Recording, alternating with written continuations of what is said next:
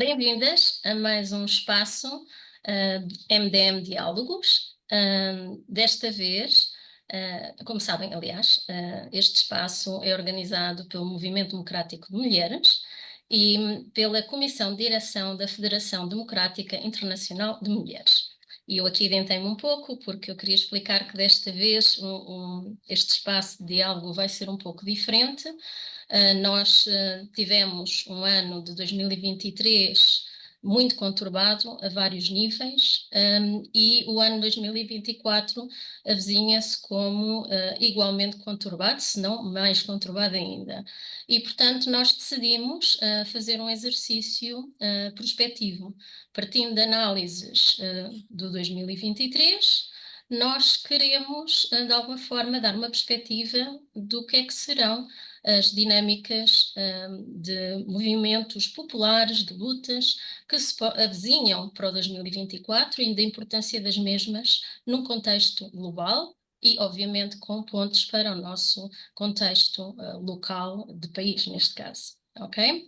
E, portanto, para dar início a estes diálogos, eu vou passar a apresentação e temos connosco, como habitual, a Regina Marques, membro do Secretariado Nacional do MDM e do Comitê de Direção da FDIMA.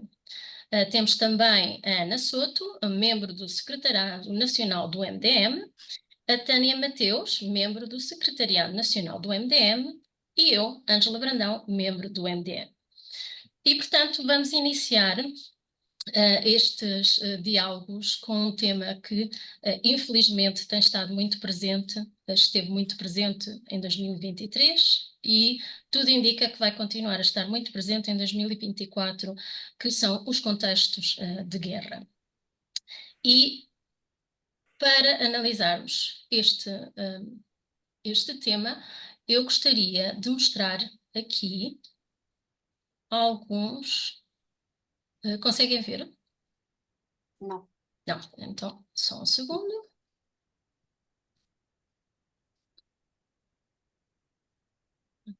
E agora? Sim. Muito bem. Então... Ou Ângela, talvez ajude. Isso. Certo, obrigada. Pronto. Eu vou mostrar aqui alguns dados que são importantes. Estes dados são da ONU. Quando se fizeram, ou seja, passaram 100 dias do conflito de guerra na Palestina, e são dados de duas guerras que tiveram muito presentes em 2023, a guerra na Ucrânia e a guerra na Palestina. E nós podemos ver que, infelizmente, existiram milhões de pessoas afetadas nas duas guerras, deslocadas, civis mortos e civis feridos. Mas, como podem ver pelas comparações, o que está a suceder na Palestina é um horror que nós só podemos qualificar como um genocídio, não é? E, aliás, como todos sabem, a África do Sul interpôs no Tribunal Internacional de Justiça uma queixa de genocídio contra Israel. E, basicamente, o que é que diz? Que Israel tem incentivado e, portanto, não tem protegido a população civil e tem incentivado, basicamente, crimes de guerra que se podem qualificar como genocídio. Uma queixa semelhante foi, ao fim de alguns meses de guerra, também interposta pela Ucrânia contra a Rússia. O Tribunal Internacional de Justiça, na altura, emitiu uma providência cautelar em que considerou que algumas das queixas que a Ucrânia colocava teriam eventualmente fundamento e estão presentemente a ser investigadas pelo Tribunal Penal de Justiça. Neste momento, a queixa da África do Sul tem o mesmo objetivo, que é basicamente demonstrar que está a decorrer um genocídio e que, portanto, o Tribunal Internacional de Justiça deveria de emitir uma providência cautelar que basicamente se traduziria num cessar-fogo imediato e permanente para a proteção da população civil. Não há de esquecer que mais de 335 mil crianças estão em risco de morrer à fome, que mais de 85% da população foi deslocada, 100% da população é vulnerável, 2/3 são mulheres e crianças que foram civis mortos, mais de 10 mil crianças, e os civis feridos atingem proporções enormes, neste momento já são mais do que 58 mil. Infelizmente, o Tribunal Internacional de Justiça tem sido acusado, já em causas anteriores, de não ser totalmente isento e de se alinhar muito em relação aos Estados Unidos e aos seus interesses.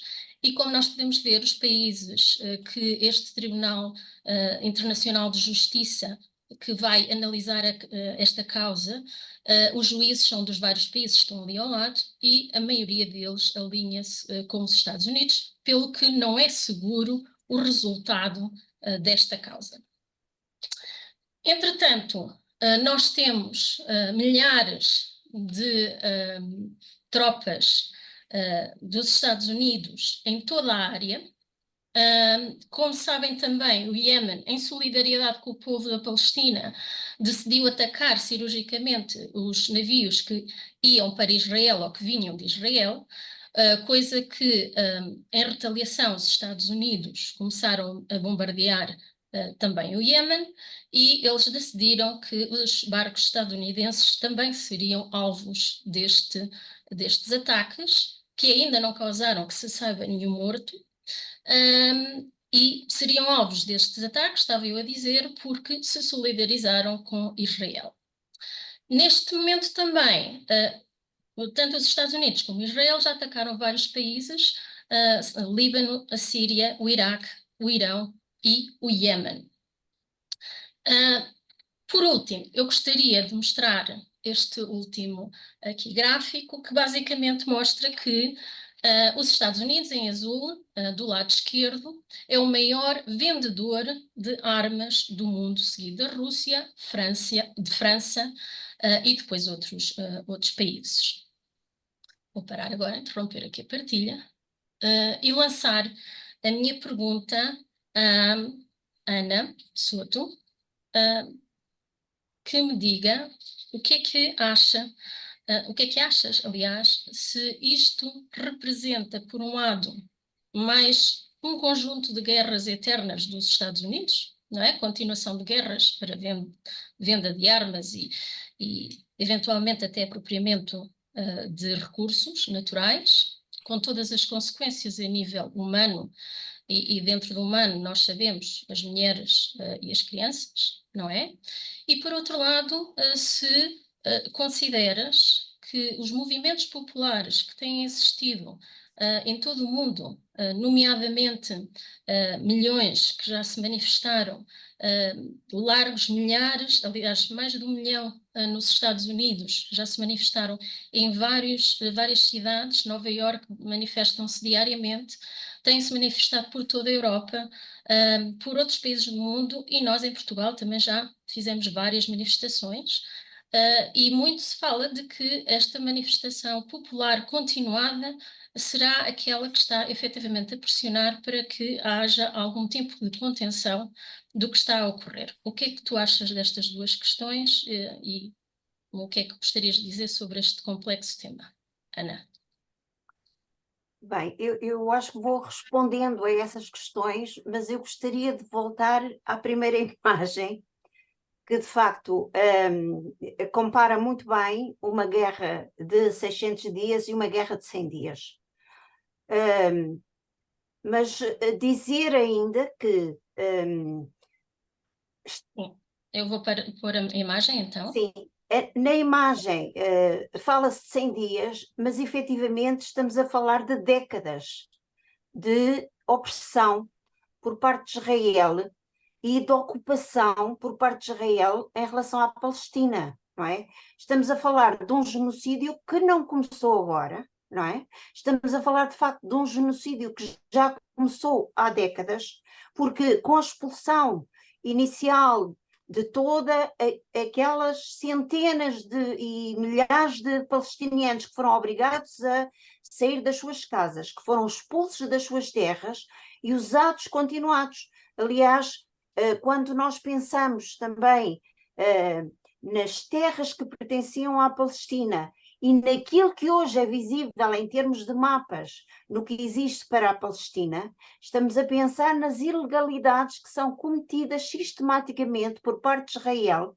sobre aquele povo, porque insiste, essas terras são porque se avançam com colonatos, não é? E os colonatos, portanto, vão ocupando as terras, as pessoas vão sendo expulsas das suas terras, as pessoas vão sendo expulsas das suas casas, os seus pomares, pomares não, desculpem, os seus olivais, os seus laranjais, todas as suas culturas são destruídas, portanto, tem havido uma prática sistemática, não é? De destruição daquele povo. E, concretamente, em relação à faixa de Gaza, onde se tem feito sentir mais guerras, e estamos a falar, de facto, de um território pequeníssimo, que tem uma população enormíssima, estamos a falar de uma população de cerca de 2 milhões, não é? Provavelmente agora não serão tantos, com esta mortandade que tem existido, não é? E de onde os palestinianos não conseguem sair, porque estão de facto numa prisão, naquela que é chamada uma prisão a céu aberto. Portanto, estamos a falar de uma situação em que tem existido focos de tensão sistemática, focos de tensão, de confronto permanente com os palestinianos, nas condições de vida que eles têm, nas dificuldades que eles têm diárias,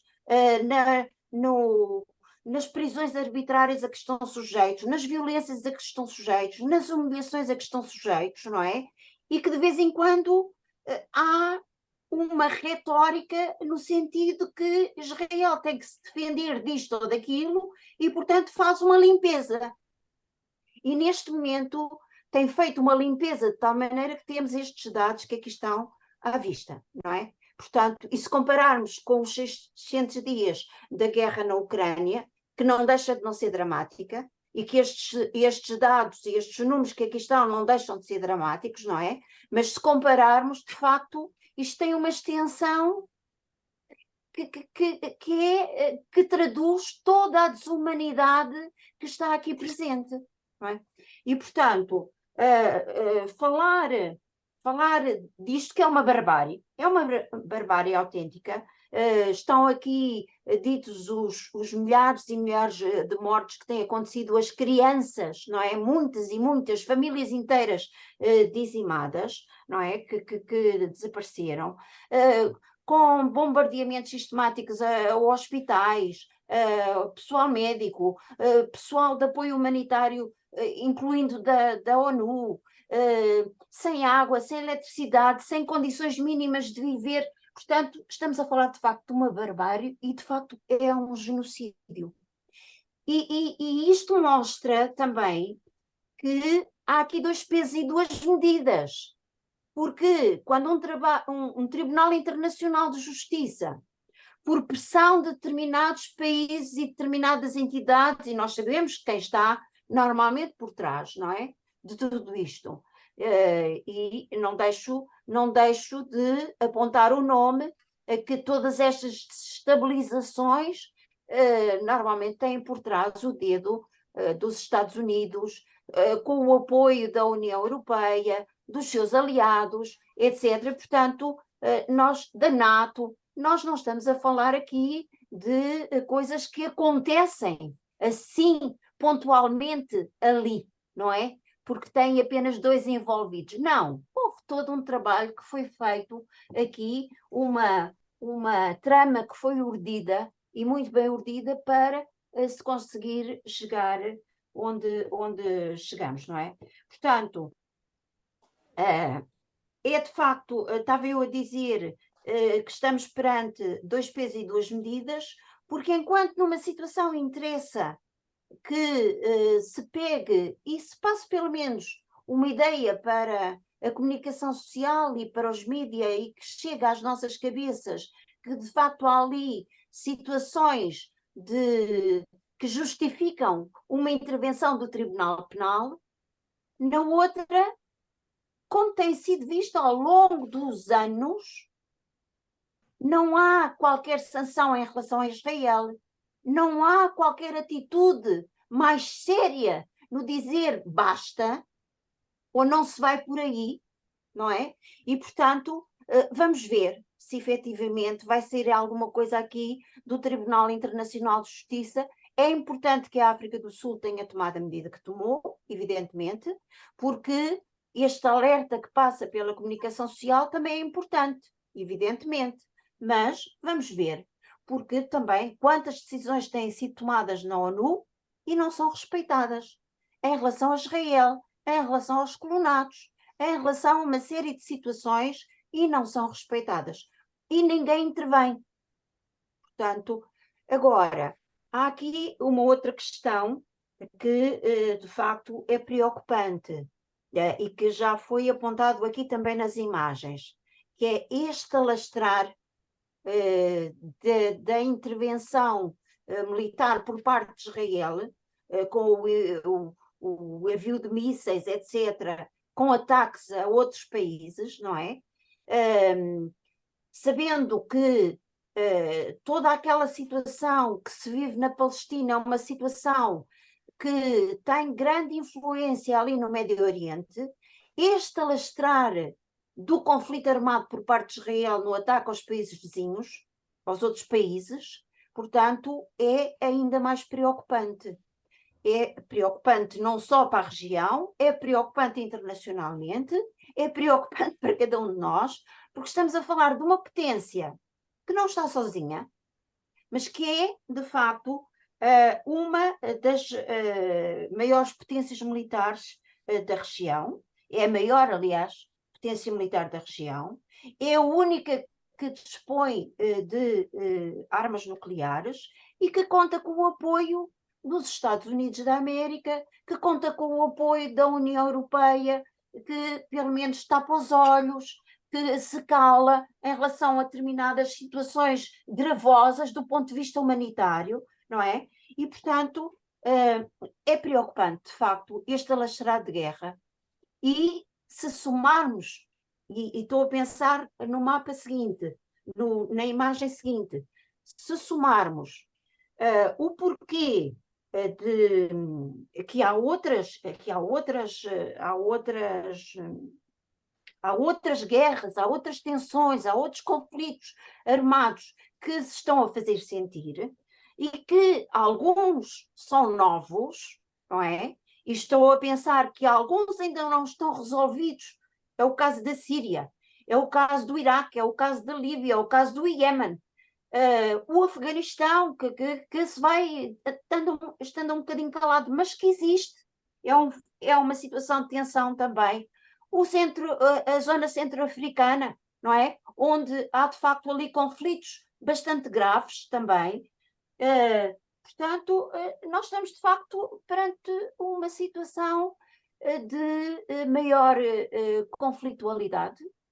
Parece que há, de facto, aqui uma situação, uma vontade de fazer escalar a guerra no mundo, em vários pontos do mundo, e tudo isto tem, de facto, aqui interesses por trás. Há interesses armamentistas, sem dúvida alguma, não é? Portanto, estes fluxos que aqui estão de venda de armas não aparecem do nada e não querem diminuir, vão querer aumentar. Mas também há outro tipo de interesses, não é? Portanto, há interesses de domínio geoestratégico, de exploração de recursos. Portanto, e nós vemos o que é que está a acontecer com o petróleo na Síria, ou com o Iraque, ou com o Líbano, não é? Para além de outros recursos que podemos falar de outros sítios. E, portanto, há de facto aqui interesses de vária ordem que estão por trás e temos sempre o dedo apontado aos mesmos, mas não é porque nós queremos apontar o dedo, é porque efetivamente todas as provas remetem para a sua interferência nas tramas que urdem, nos desequilíbrios que promovem, no desestabilizar os governos de países, deitando abaixo governos que foram democraticamente eleitos, como aconteceu, por exemplo, na Ucrânia, não é? Portanto, não chegamos a uma guerra na Ucrânia, assim como tendo aparecido do nada. Portanto, houve toda uma trama que foi urdida até se chegar à situação atual. Portanto, um governo eleito democraticamente, através de eleições, foi questionado, foi substituído, foi deposto, criou-se uma guerra interna até se chegar à situação da guerra que se vive atualmente na Ucrânia. E, de facto, e noutros países nós verificamos também isso. Portanto, há aqui, de facto, um ascenso, um crescer neste escalar de guerra e em vários pontos do mundo. A última é entre o Paquistão e o Irão, não é? Portanto, a questão do Iémen, exatamente, também porque apoiaram a Palestina, mas isso é apenas a desculpa, não é? Porque as coisas já estavam a caminhar no sentido de conversações de paz e neste momento há que trazer ali mais alguma tensão, mas também podemos falar do Mar da China, não é? Portanto, há aqui de facto focos de tensão muito grandes no mundo e é uma situação que de facto é preocupante porque são situações dramáticas quando se vivem situações de guerras ou de conflitos armados, são situações dramáticas do ponto de vista humano, mas também do ponto de vista ambiental e que economicamente também depois nos vai tocar a cada um de nós. Portanto, há aqui todo um conjunto de situações, não só pelo que nos choca em termos da solidariedade que temos com os povos, mas também nos choca depois nas consequências diretas que tem em cada um de nós. E, portanto, é muito preocupante. Eu não sei se fui respondendo às questões.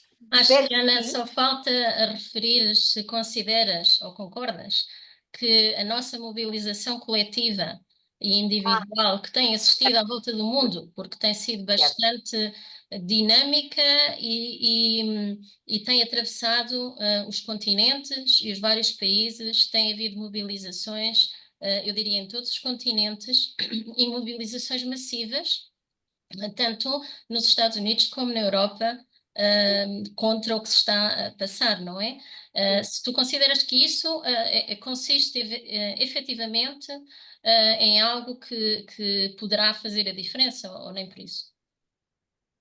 Eu acho que as movimentações são sempre um abraço que se dá aos outros povos. São sempre um ato de solidariedade. E isso ninguém pode retirar a essas movimentações. E, portanto, são sempre uma forma de dizer nós estamos aqui e evidentemente que quanto a opinião pública também faz alguma pressão. Eu também considero que sim, que a opinião pública faz alguma pressão. E, portanto, essas movimentações, quanto mais pessoas tiverem, etc., maior pressão poderão fazer em termos de opinião pública.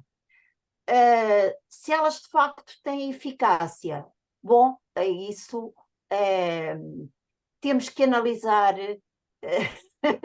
com o tempo, porque de facto, em algumas situações, a mobilização pública tem mais eficácia que noutras, porque nós estamos aqui também perante forças muito poderosas, não é? E que essas sim é necessário conseguir derrotar. E, portanto, mas depois temos que ver como é que temos que trabalhar para isso, não é? Temos que trabalhar para isso. No nosso caso, concretamente, trabalhando para pressionar, por exemplo, o nosso governo, não é? Para que cumpra a Constituição da República Portuguesa, que é clarinha em relação a estes aspectos, não é? E, portanto, penso que as pressões têm que passar também por aí, pela opinião pública, pela manifestação de rua, sim, mas também por outros processos. Uhum. Pegando no fundo nas formas como as guerras se têm manifestado e passando para outro tema muito importante que tem estado muito presente ao longo de 2023 e infelizmente continuará muito presente em 2024, que são as sanções. E neste momento houve-se tanto a falar de sanções que eu creio que as pessoas talvez já tenham perdido um pouco a noção do que é que se trata a questão das sanções. Eu vou mostrar aqui para ajudar aqui um gráfico e explicar que as sanções efetivamente são possíveis no âmbito do direito internacional. Elas estão previstas na Carta das Nações Unidas, no capítulo 7º, e referem-se àquelas que são impostas pelo Conselho de Segurança, sempre que sejam com o fim de garantir a manutenção de paz e da segurança internacionais. E sempre que um Estado tenha atuado indevidamente, violando uma norma do direito internacional. Isto são as sanções legítimas perante o direito internacional. No entanto, as sanções que nós temos ouvido falar, normalmente e ultimamente, não podem ser consideradas legítimas pelo direito internacional. Elas têm aumentado brutalmente ao longo destas últimas décadas, como podem ver aqui, peço desculpa, e atualmente os Estados Unidos atribuíram-se, atualmente aliás há algum tempo, atribuíram-se o poder de impor sanções de caráter unilateral, com o único fundamento dos seus próprios interesses, basicamente.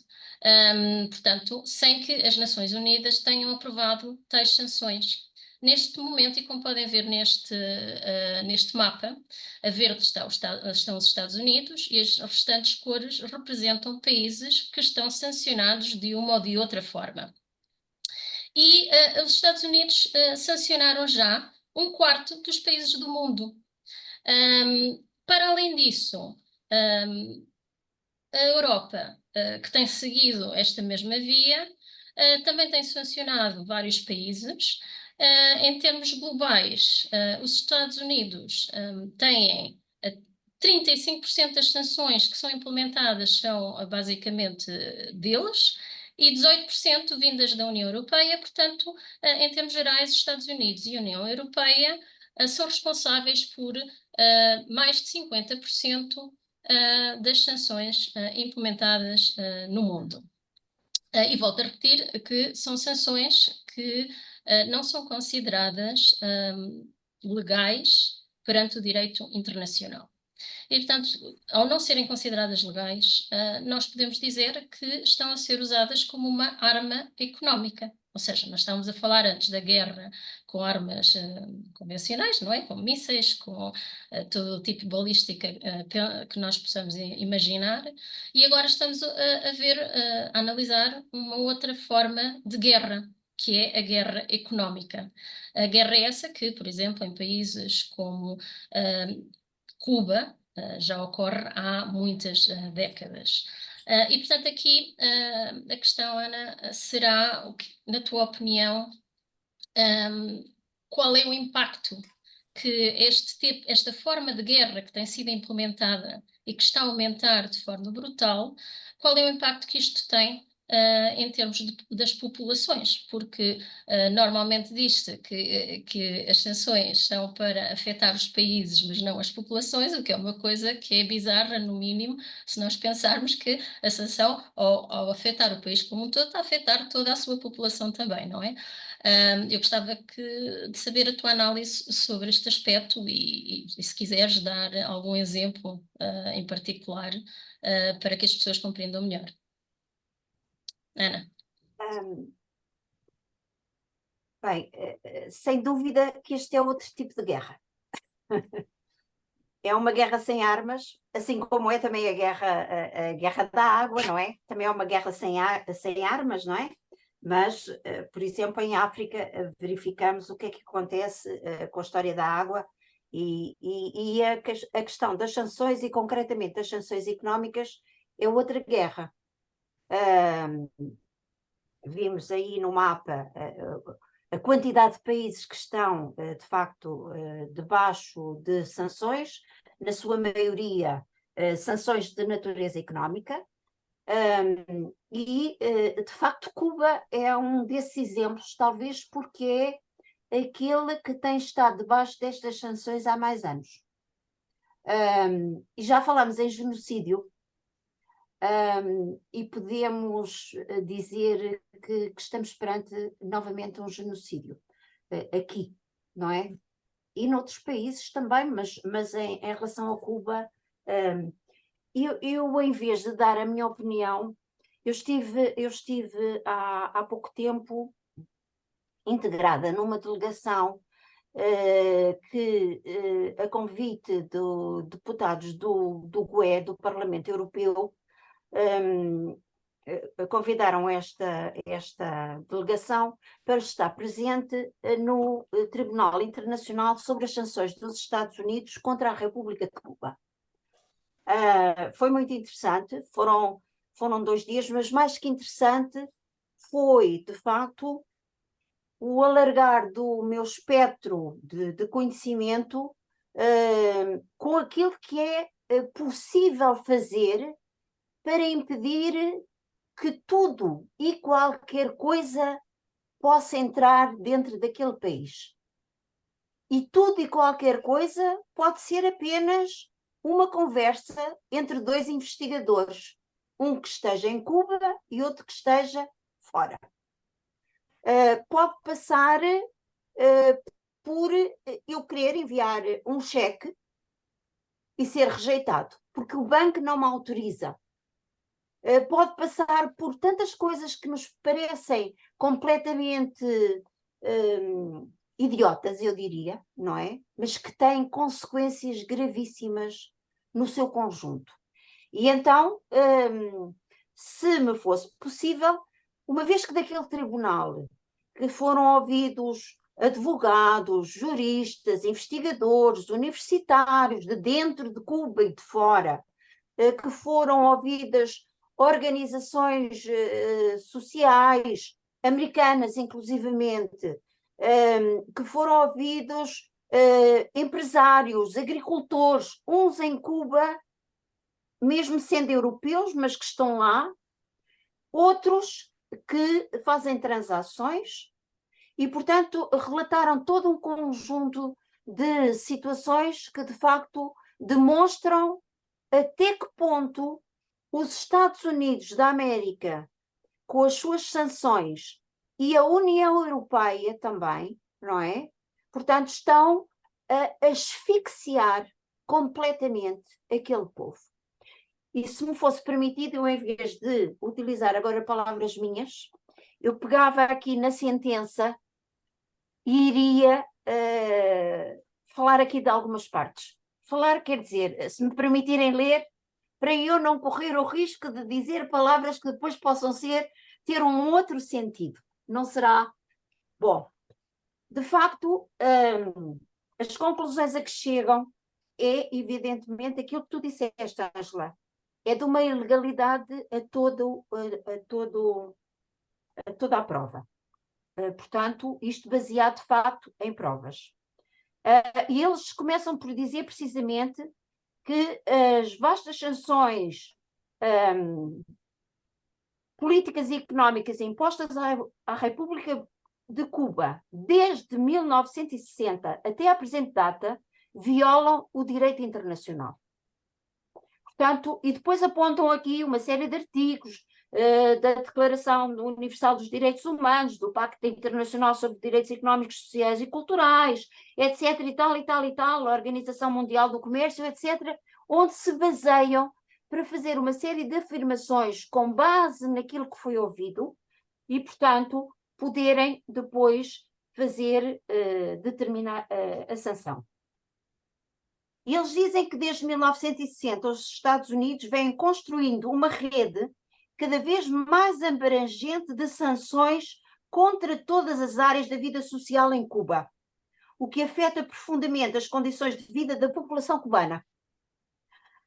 Aliás, referem aqui que o objetivo de todas estas medidas que foram aplicadas, e depois eles apresentam aqui um conjunto de leis, etc., que foram aplicadas partindo de leis gerais até leis específicas que foram aplicadas por parte dos Estados Unidos.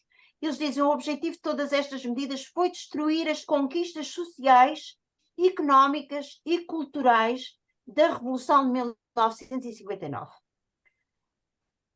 E aqui o senhor vice-secretário adjunto dos Estados Unidos para os Assuntos Internos americanos, o senhor Lester Mallory, articulou explicitamente a estratégia do governo dos Estados Unidos, dizendo que o objetivo era enfraquecer a vitalidade da economia cubana, provocar a fome e o desespero e semear o descontentamento para facilitar a mudança de regime. Portanto, este é o objetivo, de facto, de todas as gerações que têm sido aplicadas desde os anos 60 até ao presente. Situação que se veio a agravar muito com as políticas de Trump, diga-se, não é? E continuam válidas. Portanto, a asfixia aumentou notoriamente com eles. O tribunal ouviu inúmeras testemunhas e reuniu inúmeras provas, ouviu a acusação detalhada e examinou os argumentos em defesa da administração norte-americana acusada. As sanções afetam o setor económico e financeiro, as transições internacionais. Eu estou a ler só certos. As transições internacionais de pagamento estão vedadas para Cuba. As sanções causaram danos mais graves a todo o setor de saúde pública. Sistema de saúde de Cuba que foi reconhecido mundialmente pelo atendimento exemplar que tinha à população e também pelos resultados dos processos de pesquisa e na indústria farmacêutica. Mas os efeitos extraterritoriais do bloqueio prejudicaram seriamente e impossibilitaram a importação de componentes necessários para a produção de medicamentos, bem como a cooperação médica internacional. Portanto, até a cooperação está interditada. Aliás, diga-se que no setor da saúde, neste período de 2019 a 2020, as perdas no setor público representam quase 80 milhões a mais do que as que foram registadas no período anterior à pandemia Covid-19. Portanto, estamos a falar de 200 e tal milhões, para cima de 200 e tal milhões de perdas, não é? O bloqueio provocou uma redução cada vez maior no fornecimento de combustível. E, portanto,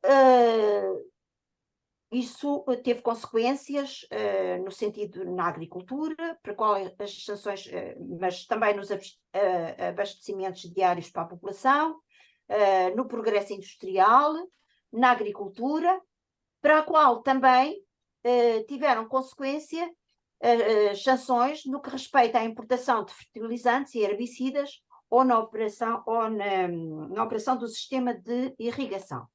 Setor da educação, também altamente prejudicada pelas sanções, foram severamente prejudicadas todas as oportunidades de educação online, impedem o intercâmbio internacional e o fornecimento de equipamentos e materiais didáticos necessários às escolas e universidades devido à escassez de moeda estrangeira. Porque não entra moeda, não entra turismo, não entra moeda. E não entram transações, portanto, não há possibilidade de fazer pagamentos em dólares, não há possibilidade para se abastecerem, têm que ir comprar a outros, que por sua vez vão ao outro mercado comprar em dólares, quando conseguem comprar a outros, o que significa também que os produtos chegam lá 3, 20, 40 vezes mais caros, não é? Do que se comprassem diretamente. Portanto, qualquer pagamento em dólares está interditado. Em geral, as evidências coletadas deram a impressão de um ataque concentrado às estruturas básicas da sociedade cubana, seus meios de subsistência e capacidade de desenvolvimento, que é o único e sem precedentes na história em duração e alcance. De facto, é o país que tem estado sujeito a sanções económicas e de uma forma cada vez mais forte, não é? Por parte dos Estados Unidos. Esta prática de sanções contra a República de Cuba viola o direito internacional em todos os aspectos. Isto também foi reconhecido recentemente pela Assembleia Geral da ONU, que instou, e portanto depois apresenta aqui os pontos, as resoluções, etc., que instou o governo dos Estados Unidos a revogar as suas leis, mas que não ligam, evidentemente, fazem tábua rasa. Pronto. As sanções violam claramente a soberania de Cuba. A resolução baseia-se na decisão clara de que as sanções unilaterais são ilegais e os seus efeitos excederam um determinado nível de gravidade. As sanções não podem ser os Estados Unidos também não podem invocar motivos de defesa para aplicar estas sanções. As sanções não podem ser consideradas uma reação a uma conduta que viola a lei internacional. Os Estados Unidos também não podem invocar a proteção de segurança do seu Estado, embora os Estados Unidos tenham colocado Cuba numa lista de Estados que supostamente apoiam o terrorismo. Os Estados Unidos nunca foram ameaçados por Cuba. As sanções impostas pelos Estados Unidos a Cuba também violam vários direitos humanos, em especial aqueles que estão contidos no Pacto sobre Direitos Económicos, Sociais e Culturais. Medidas económicas unilaterais frequentemente causam interrupções significativas na distribuição de alimentos, produtos farmacêuticos e provisão de saneamento, comprometem a qualidade dos alimentos e a disponibilidade de água potável, interferem gravemente com o funcionamento dos sistemas básicos de saúde e educação e prejudicam o direito ao trabalho.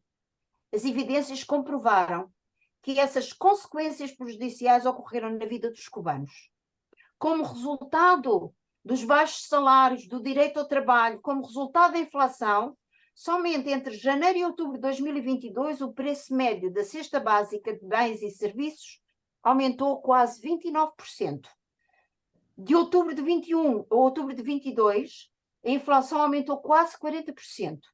Nesta situação, não apenas a inflação importada pelos preços do mercado mundial desempenha um papel fundamental, mas também aqui a falta de disponibilidade de moeda estrangeira, agravada pelos efeitos intensificados do bloqueio e pela perseguição implacável do governo dos Estados Unidos a todas as receitas do país. Portanto, há aqui impedimentos para a importação de medicamentos, para produtos farmacêuticos, para a produção de medicamentos próprios. Lembro-me de ouvir depoimentos de mães cujos filhos tinham cancros, leucemias, etc., e que não tinham, que lhes estava vedado, não porque fosse vedado pelo sistema de saúde, mas porque estava vedado a possibilidade da compra de medicamentos que resultavam que já tinham sido utilizados, mas que não havia condições de facto de os comprar ou de os obter devido a este conjunto de sanções. Portanto, tudo isto de facto nos remete para situações em que os contactos científicos estão impedidos. Lembro-me, por exemplo, de ouvir uma investigadora cubana dizer que, portanto, faziam as suas investigações, tinham as suas... Portanto, tinham que, como é que se diz, fazer o registro da sua patente, tinham que fazer o registro da sua patente, etc., daquilo que tinham descoberto, onde tinham chegado, mas que não podiam fazê-lo porque só havia determinadas plataformas onde podiam fazer esse registro e, portanto, para fazer tinham que pagar. E só podia ser pago com dólares ou com euros. Mas pronto, mas com dólares. E, portanto, como não podiam pagar, não podiam transacionar com dólares, portanto, não podiam registar e outros iriam usufruir do seu trabalho científico. O mesmo estava vedado em relação aos intercâmbios que se faziam normalmente antes deste aprofundar das sanções, aos intercâmbios que se faziam entre investigadores, entre universidades, e que, portanto, ficou completamente vedado, não é? Portanto, é a todos os níveis que as sanções estão a ter efeitos e, como tal, de facto, é restringido o comércio com Cuba, com outros países, é bloqueada a importação e a exportação de bens essenciais, são destruídas as transações e, portanto, tudo isto leva a que aqui se diga que os Estados Unidos nunca estiveram interessados também numa solução pacífica para as questões em disputa, pois queriam enfraquecer a economia de Cuba para derrubar o governo. E, de facto, é sempre isto que está em causa, não é? É sempre isto. As sanções contra Cuba têm efeitos de longo alcance sobre empresas de estados e estados extraterritoriais, seja na área do comércio, finanças, investimento ou turismo. E para falar aqui, por fim, que este embargo ou sanções prejudica a vida, a liberdade, os direitos, a dignidade das pessoas e é um crime contra a humanidade. Os bloqueios são uma das formas mais traiçoeiras, ilegais e ilegítimas de guerra, mesmo que invoquem tratados e leis internacionais para camuflar a sua ação. Este país, há mais de 60 anos, também demonstra que nenhum bloqueio foi tão abrangente, duradouro e brutal contra um povo quanto o que os Estados Unidos mantiveram contra Cuba. O bloqueio resultou direta e indiretamente na perda de inúmeras vidas humanas e a decisão dos Estados Unidos manter este bloqueio até que o povo cubano decida não se curvar. Os Estados Unidos estão decididos a manter as medidas que são calculadas para provocar a longo prazo a destruição física, pelo menos em parte, do povo cubano. Tal atitude pode ser considerada também um crime de genocídio.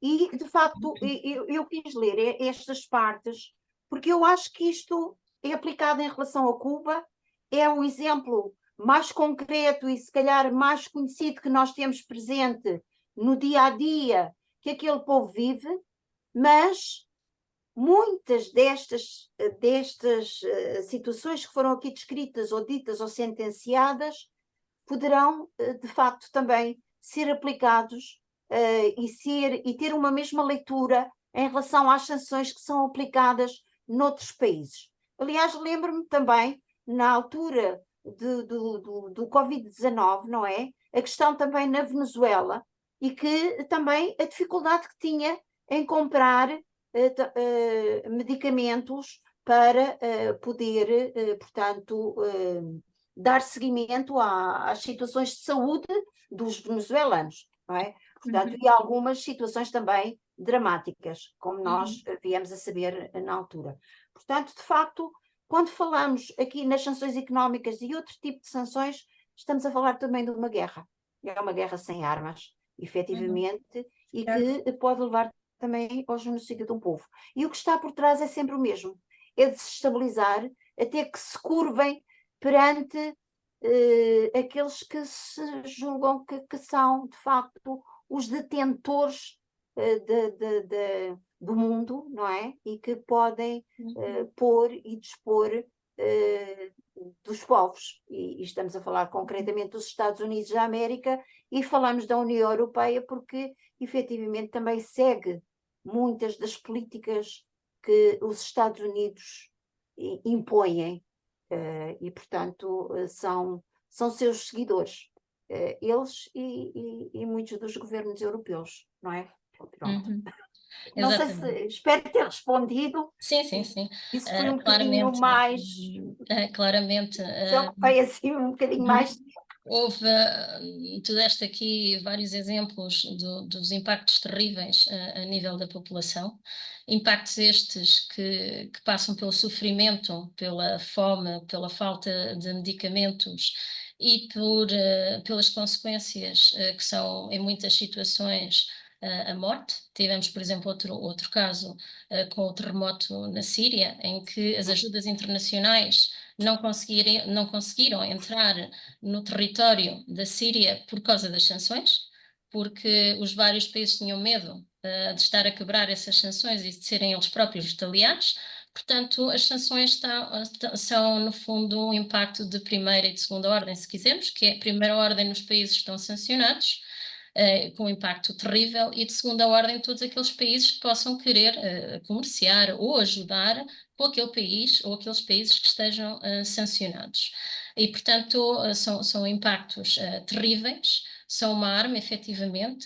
Arma esta que tem sido basicamente utilizada, na minha perspectiva, para evitar que outros modelos económicos possam emergir no mundo. Ou seja, para que o mundo seja regulado única e exclusivamente por um modelo económico, que é o modelo capitalista neoliberal, e que é o modelo que segue os Estados Unidos e que tem todo o interesse em que assim continue a decorrer, não é? E com isto eu passaria aqui a introdução do terceiro tema. Eu gostaria aqui de voltar a partilhar o ecrã. E, portanto, só aqui minimizar. E, portanto, estávamos a falar há pouco do modelo económico, não é? Estava eu, aliás, a falar do modelo económico que se está a tentar impor, que é o modelo capitalista neoliberal. Este modelo tem vindo a demonstrar-se francamente lesivo para a população mundial. Neste momento nós temos 1,1% da população mundial que tem 45,8% da riqueza do mundo, enquanto que 55% da população mundial tem apenas 1,3% da riqueza. Em paralelo, neste 2023, os 5 homens mais ricos do mundo mais do que duplicaram a sua riqueza, não é? Isto graças ao modelo preponderante neste mundo, que é o modelo capitalista neoliberal.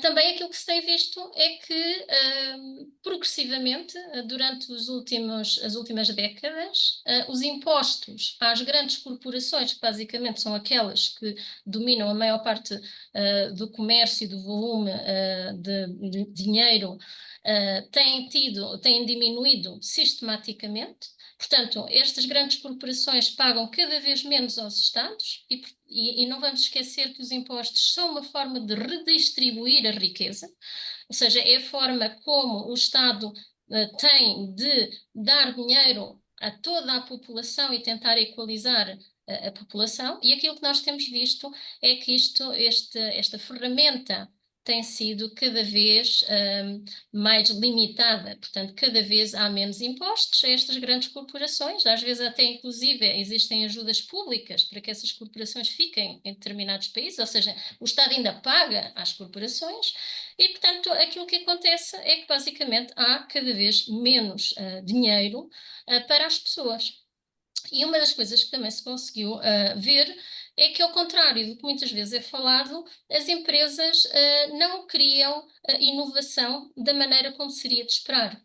Porque por cada 100 dólares que é produzido, apenas 18 desses 100 dólares produzidos é que são reinvestidos em inovação, e na criação de novos materiais ou de novos produtos ou de melhorias desses mesmos produtos. Portanto, o restante dinheiro, os outros 82 dólares, são distribuídos como lucros. Portanto, não vão para as populações de forma nenhuma, nem contribuem para o crescimento ou a melhoria das condições globais. Por último, gostava aqui de partilhar este pequeno gráfico, que basicamente o que diz é que a desigualdade dentro dos países tem aumentado, que é a linha em azul, enquanto que os países, quando se comparam uns com os outros, estão cada vez mais parecidos, ou seja, estão todos eles cada vez mais desiguais. A isto eu gostaria de acrescentar que um dos mecanismos de controle que existe dos vários países é o FMI, portanto o Fundo Monetário Internacional, assim como o Banco Mundial, que empresta o dinheiro aos vários países, mas não empresta o dinheiro apenas com juros, empresta o dinheiro com juros e condições. E as condições do FMI implicam cortes que estão pré-decididos. E os cortes normalmente são feitos aos vários níveis. Cortes em tudo o que significa investimento de Estado, ou seja, saúde, educação, por exemplo, transportes, etc. Tudo isto está pré-determinado que tem que haver cortes. E até o ano passado, 85% da população mundial já tinha sofrido severos cortes devido às requisições do FMI. E esses cortes, ou seja, o número de países, já tinham sido 143 países a sofrer severos cortes, vai aumentar em 2024 para 267 países. Precisamente por estes motivos que eu estava a falar. Gostaria de relembrar as pessoas que Portugal tem uma dívida de 112,4%, portanto bastante alta, e que esses cortes também estão determinados para nós. Aliás, a nível europeu, a 21 de dezembro de 2023, o Conselho Europeu já tinha determinado que o déficit orçamental teria de ser reduzido e mantido abaixo dos 3%, e que teria de haver um mínimo anual de corte de ajustamento de 0,5% no PIB dos Estados-membros. Este texto vai ser discutido em 2024 e entrará em vigor, em princípio, em 2025. O que é muito interessante, porque obviamente vem na linha daquilo que eu acabei de falar do FMI e do Banco Mundial. Outro ponto bastante interessante é que existe uma exceção a estes cortes que eu estava a falar, cortes na saúde, na educação e nos vários tipos de serviços públicos, que é o investimento em armamento. Esse sim pode e deve aumentar em todos os países da União Europeia, e, portanto, nós devemos gastar muito mais dinheiro a este nível, segundo as diretrizes europeias. Neste momento, aplaudidas, obviamente, pelo Banco Mundial, o FMI e o FMI. E, portanto, nós entramos aqui precisamente já em 2024, em que é um ano crucial, em que eventualmente algumas mudanças possam ocorrer e provavelmente vão ocorrer a nível mundial, porque mais de 2 mil milhões de pessoas estão chamadas às urnas. Basicamente, metade da população mundial vai a votos, vai a eleições. Estamos a falar de ao todo de 70 países que vão a eleições. Vários deles são os mais populosos do mundo, incluem a Rússia, os Estados Unidos, o México, o Irão, o Bangladesh, a Indonésia, Ruanda e a África do Sul. E, obviamente, como nós sabemos, Portugal terá as suas eleições no próximo dia 10 de março e o Parlamento Europeu serão eleições entre o 6 e o 9 de junho.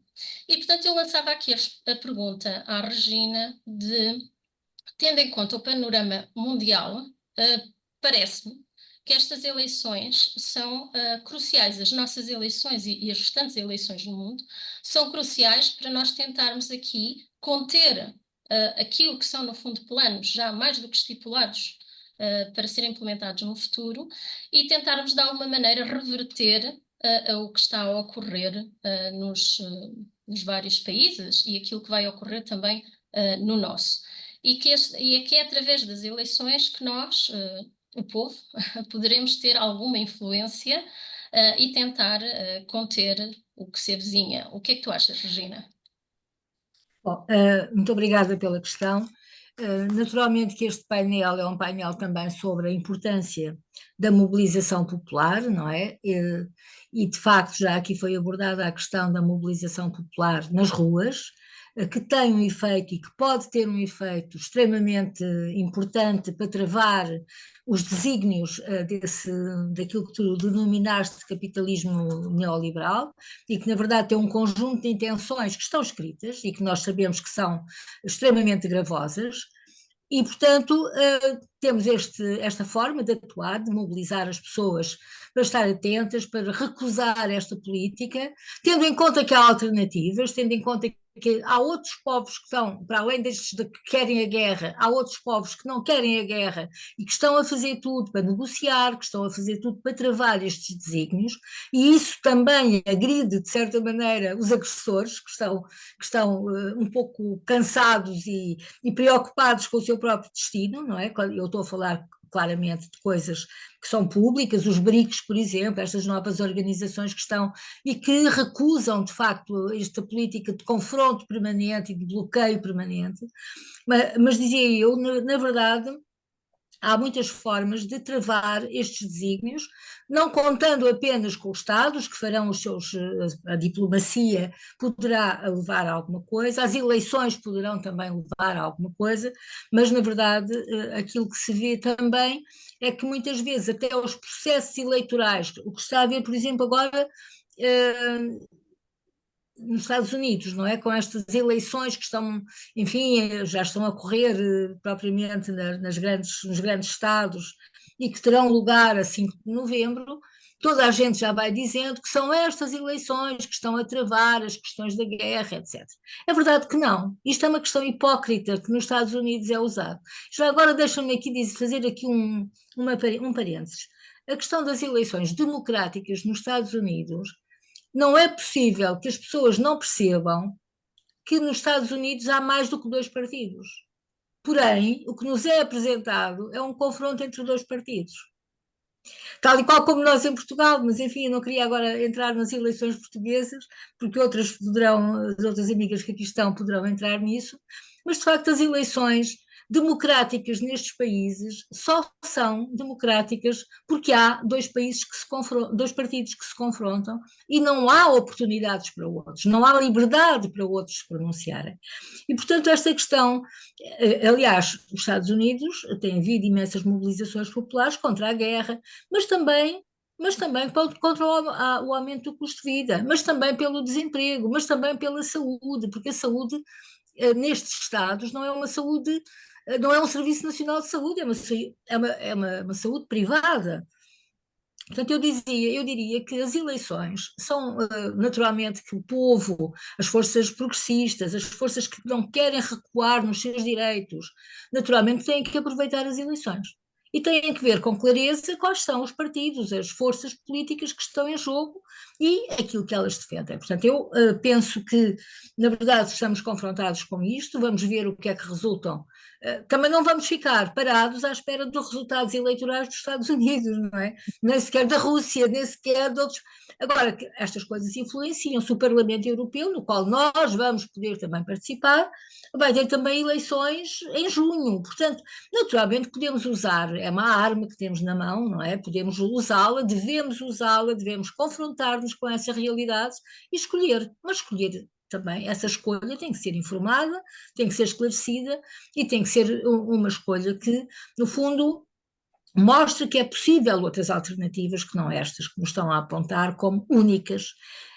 Este resultado único, esta política única apresentada como a melhor, está a ser contestada. Está a ser contestada pela Índia, está a ser contestada pela China, está a ser contestada pela África do Sul, está a ser contestada por muitos países africanos, não é? E, portanto, é possível fazer outras coisas.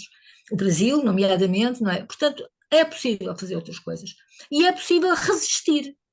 Esta resistência, por exemplo, que a própria Rússia está a mostrar que foi capaz de fazer, e a Cuba, como aqui também já foi colocado, mas é uma resistência muito dolorosa para os povos.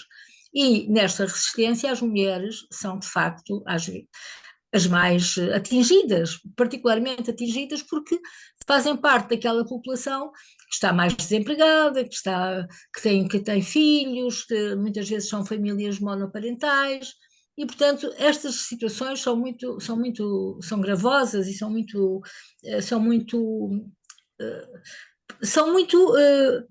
digamos, indiciam muito esta pobreza genérica que estes países querem também implantar.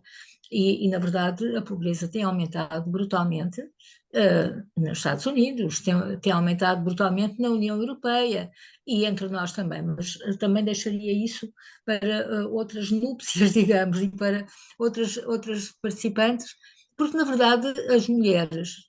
Já agora também dizer que, no plano do Movimento Democrático de Mulheres, nós também temos participado nas lutas e devemos implementar mais contra a guerra, pela paz e, de facto, solidariedade ativa com estes países que estão a ser agredidos. Sem dúvida, é também um desígnio que nós temos pela frente. Obrigada, Regina. Eu fazia aqui a ponte realmente com aquilo que acabas de dizer sobre as consequências disto e de alguma forma as lutas que já existem e que se avizinham, e as diferenças que ainda existem entre os países, como por exemplo Portugal, que mal ou bem ainda tem um serviço público de saúde, versus outros países em que já existe um serviço totalmente privado. E que isso tem um impacto muito grande.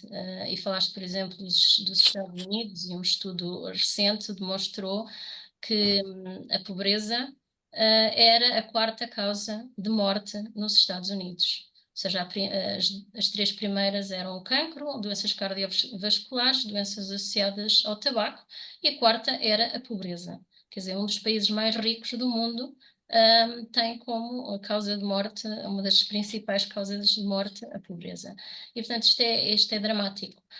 E, de facto, eu passava aqui este tema, se calhar um bocadinho mais a fundo, que é o que se pretende com os cortes nas várias áreas públicas, como por exemplo a saúde, é que a saúde pública se vá tornando cada vez menos capaz de dar resposta, obrigando as pessoas a irem para um setor privado. Aliás, este setor privado, a nível mundial, tem aumentado brutalmente os seus lucros. Já em 2018, os lucros ascendiam a 70 mil milhões de dólares. E tem continuado a aumentar, aliás, exponencialmente, com a pandemia e após a pandemia. E entre 2018 e 2023, somaram-se lucros de 1.216 mil milhões de dólares, só no setor da saúde. E isto tem sido conseguido como? Tendo cada vez mais pessoas que são obrigadas a recorrer aos serviços privados, precisamente pelos cortes que são exercidos nos países em que ainda existe serviço público, e nomeadamente também com uma diminuição e sobrecarga dos trabalhadores da área da saúde nesses mesmos serviços. Portanto, estamos a falar de médicos, enfermeiros e outros trabalhadores ligados à saúde. Aliás, nós temos visto manifestações em várias áreas, em vários países do mundo, manifestações massivas nos Estados Unidos, relacionadas com a saúde, em Inglaterra, em Espanha, na Turquia e, obviamente, em Portugal, entre vários outros países. E todos os trabalhadores têm saído à rua a reivindicar melhores condições, salários mais dignos, e vários destes países já têm uma saúde, se não totalmente privada, praticamente privada na sua totalidade. E é sabido que não dá melhores respostas que a pública, pelo contrário. As respostas são piores do que nos países em que existe uma saúde pública. E, portanto, isto tem exercido uma enorme pressão sobre a população. Outra fonte de grande pressão tem sido a habitação, como todos nós sabemos. Em 2023, a nível mundial, o mercado imobiliário surge com quase 340 mil milhões de ativos globais, em que, destes ativos globais ligados ao imobiliário, 79%, sublinho 79%, dos quais são no setor residencial. O que quer dizer que existe uma enorme concentração de capital e que esta concentração está a ser feita com a especulação das casas de habitação, tornando as casas que estão disponíveis progressivamente mais caras, com rendas mais altas. E, aliás, o que eles projetam é que o mercado para 2024 vai ser ótimo, porque se vai manter ou até se incrementar os seus lucros, o que significa que as pessoas vão continuar a ter problemas na habitação iguais ou ainda maiores. E, portanto, aqui eu lanço uma pergunta, portanto, à Tânia, sobre o que é que tu achas disto tudo, não é? Destes cortes a nível global e, sobretudo, o impacto para a população e, nomeadamente, dentro da população, para a população feminina, que, como nós sabemos, muitas vezes está muito mais sobrecarregada do ponto de vista até económico, sobretudo quando estamos a falar de famílias monoparentais, em que a maioria são mulheres. O que é que gostarias de dizer sobre este tema? Obrigada, Ângela. Olha, eu creio que quase começava por pegar em algumas coisas que colocaste na questão anterior, que têm a ver com a distribuição da riqueza, ou melhor, a concentração da riqueza a nível mundial, mas pegava em diversas destas questões que tu foste colocando, nesta e colocava muito o foco no plano nacional, até tendo em conta um contexto em que nós vivemos em Portugal. E acho que as comparações a nível mundial têm a sua importância, mas é preciso, porque do ponto de vista socioeconómico, nós vivemos num sistema económico global, não é? Fruto do capitalismo e da globalização, mas depois os Estados organizam-se de forma diferente e podem ter diferenças significativas. E no caso português, o fato de ter havido uma revolução em 1974 significou uma alteração muito significativa naquilo que eram as condições de vida de toda a população. E significou uma coisa muito, muito, muito importante, que foi a construção das funções sociais do Estado, em que se insere o Serviço Nacional de Saúde, em que se insere a educação, em que se insere um conjunto de direitos que a Constituição da República Portuguesa prevê, de 76, prevê um conjunto de direitos no plano social, económico e político que determinaram uma transformação brutal nas condições de vida das pessoas e construíram os pilares de importantes serviços públicos, como o Serviço Nacional de Saúde. E naturalmente que nós não podemos desligar as condições socioeconómicas em que vivemos, não podemos desligar do sistema político em que se vive, não se pode desligar do contexto internacional, ou melhor, mundial, mas também não se pode desligar do contexto nacional no plano jurídico e legal. Mas se nós ligarmos isto tudo, cozendo isto tudo, eu acho que é unânime ou muito comum nós dizermos que para vencermos desigualdades, discriminações e violências é importante investir nas funções sociais, porque estes são uma garantia de redistribuição da riqueza e são uma garantia de acesso, de proteção a todos os cidadãos ao longo de toda a sua vida. E no caso, uma vez mais, português, com a Revolução de Abril e com a Constituição da República, construíram-se estes pilares das funções sociais que garantiram a redistribuição e uma maior justiça, neste caso uma justiça social, porque não existia anteriormente, e que foi determinante para a elevação das condições de vida da população em geral, mas muito particularmente das mulheres. Tanto que o MDM, em anos anteriores, utilizou em torno do 25 de Abril, um lema que era: o 25 de Abril foi uma revolução na vida das mulheres, porque efetivamente teve esse papel transformador na sociedade em todos os níveis.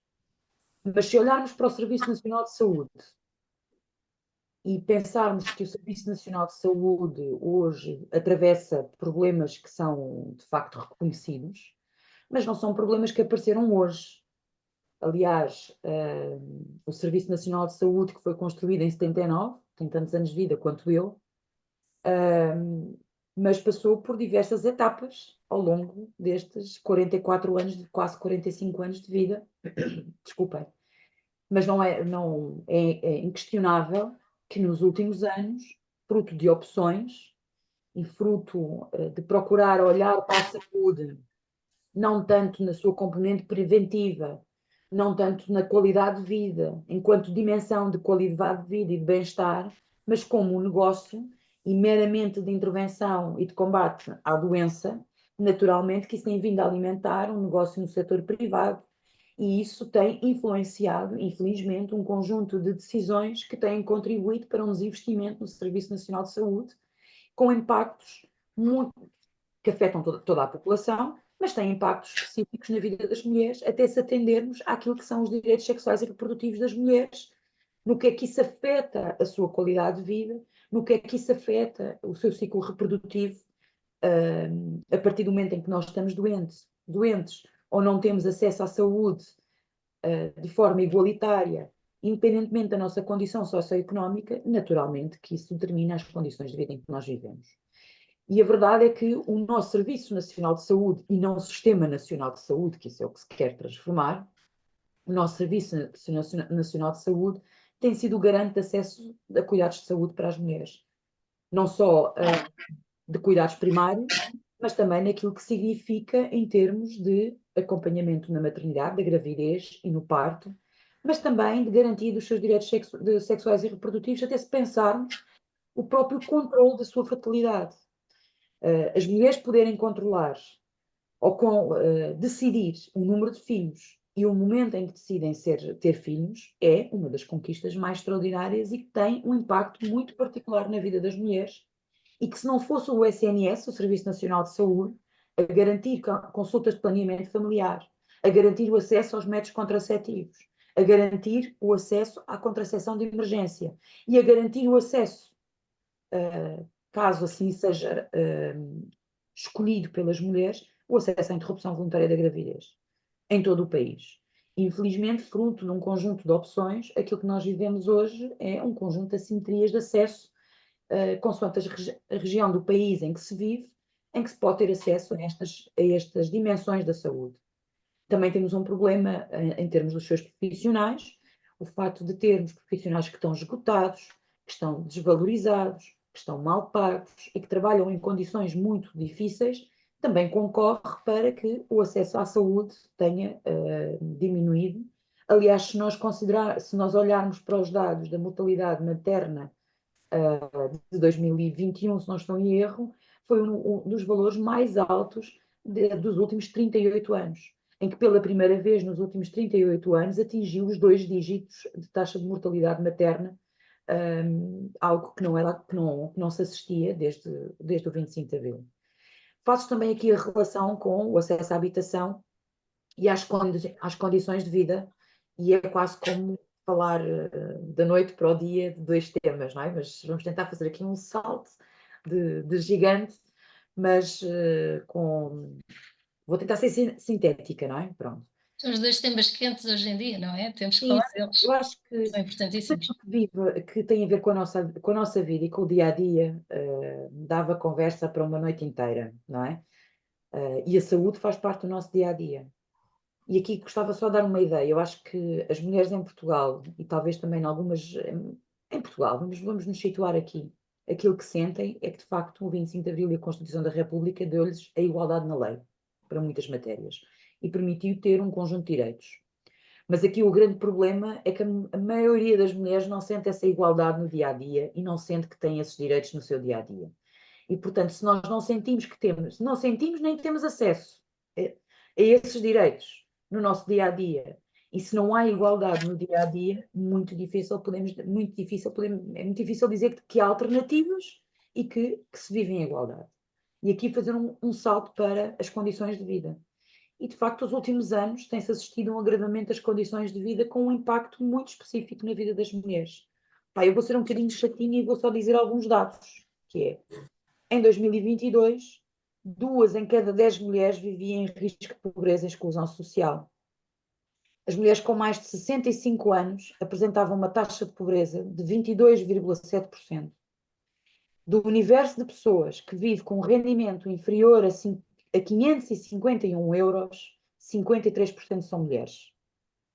12,2% dos trabalhadores portugueses estão em risco de pobreza ou exclusão social. E Portugal é o 7º país da União Europeia, dos 27, que tem uma maior vulnerabilidade entre a camada trabalhadora. Portanto, isto não são dados trabalhados por mim, isto são dados específicos e estatísticos que são inegáveis. Mas queria dar ainda um outro dado, eu coloco esta questão porque é preciso falar das condições de vida para falar sobre os problemas da habitação. Em junho de 2021, 2 em cada 10 mulheres trabalhadoras portuguesas recebiam o salário mínimo nacional. 52% dos trabalhadores que recebem o salário mínimo nacional são mulheres.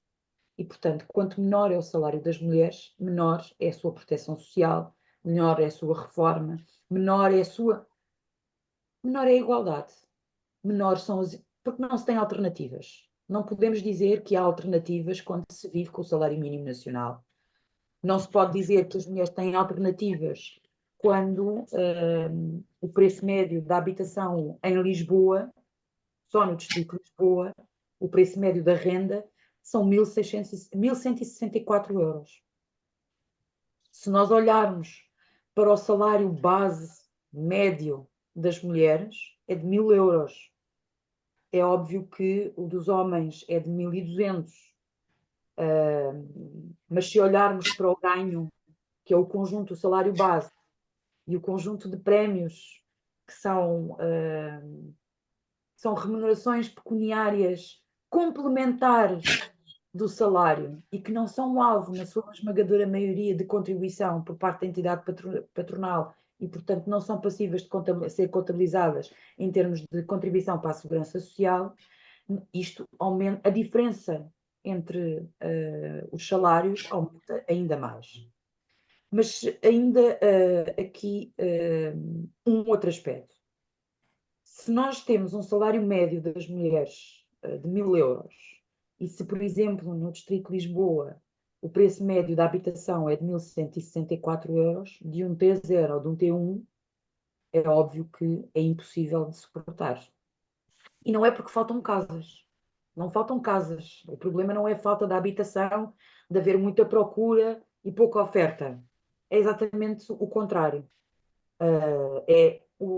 Tem a ver com o contexto económico, tem a ver com uma especulação imobiliária, que tem contribuído para que estes valores tenham assumido valores absolutamente escandalosos, da qual nós não podemos desligar o aumento do alojamento local, que tem contribuído para o aumento das rendas.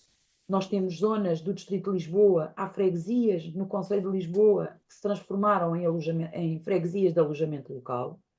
Uma freguesia do Concelho de Loures que está colada a Lisboa, que é Moscavide, em 10 anos teve um aumento de cerca de mais de 30% da sua habitação transformada em alojamento local, esvaziou e não teve um crescimento de população, portanto estamos a falar de pessoas que deixaram de residir e estamos a falar de um elevado número de casas vagas e que são transformadas em alojamento local, e depois temos um problema em que basta nós percorrermos algumas ruas da cidade de Lisboa, como Almirante Reis, que é onde é a sede do MDM, para assistirmos a um aumento absolutamente inadmissível e que nos deve, desculpem-me a expressão, enojar a todos, que é o aumento do número de pessoas a viver na rua, a viverem em tendas, nas arcadas dos edifícios da Avenida Almirante Reis.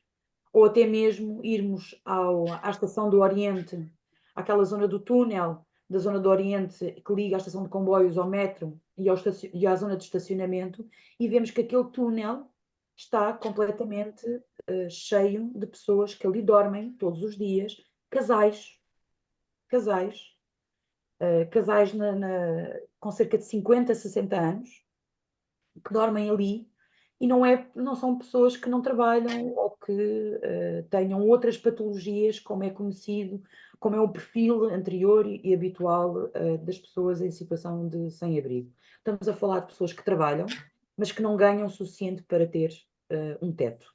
E depois, para além das pessoas que não têm um teto, há ainda um problema, que é as condições de habitabilidade das casas de muitas famílias. Como tu disseste e bem, não sei se disseste este valor, mas mais de 60% das famílias monoparentais são compostas por mulheres, em que é o adulto com crianças.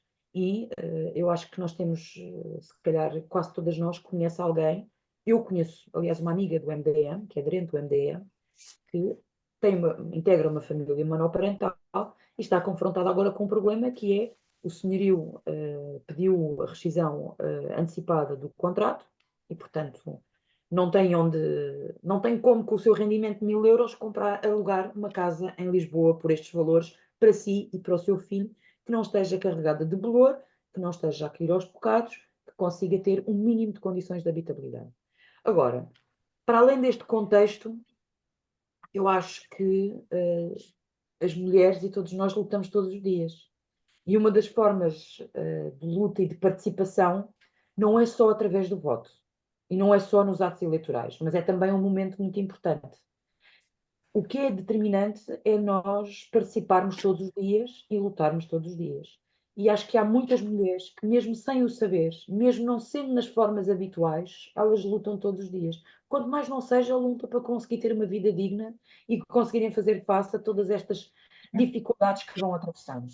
Mas aqui também fazia a ponte, quer com o SNS, com a defesa do Serviço Nacional de Saúde, mas com a exigência de haver políticas públicas na área da habitação que criem soluções e alternativas, não só para estabelecer limites, teto de valores de renda, mas também soluções de oferta pública da habitação. Até para dar respostas específicas e muito particulares às mulheres que vivem em contextos de violência doméstica, que perante perante um contexto de especulação imobiliária, têm dificuldades acrescidas em conseguir libertar-se de um contexto de violência porque ganham um salário mínimo nacional e porque não consegue sozinha pagar uma habitação, uma renda e, portanto, permanece por mais tempo num contexto de violência doméstica porque não tem alternativas. Não é por opção ou porque é porque não tem confiança nas respostas que o Estado pode assegurar e que a sociedade também deve assegurar para se conseguir libertar deste contexto de violência. Mas uma forma também de lutar é, como o MDM tem estado a dinamizar, com a petição, peço desculpa, a petição dirigida à Assembleia da República, petição que continua ativa.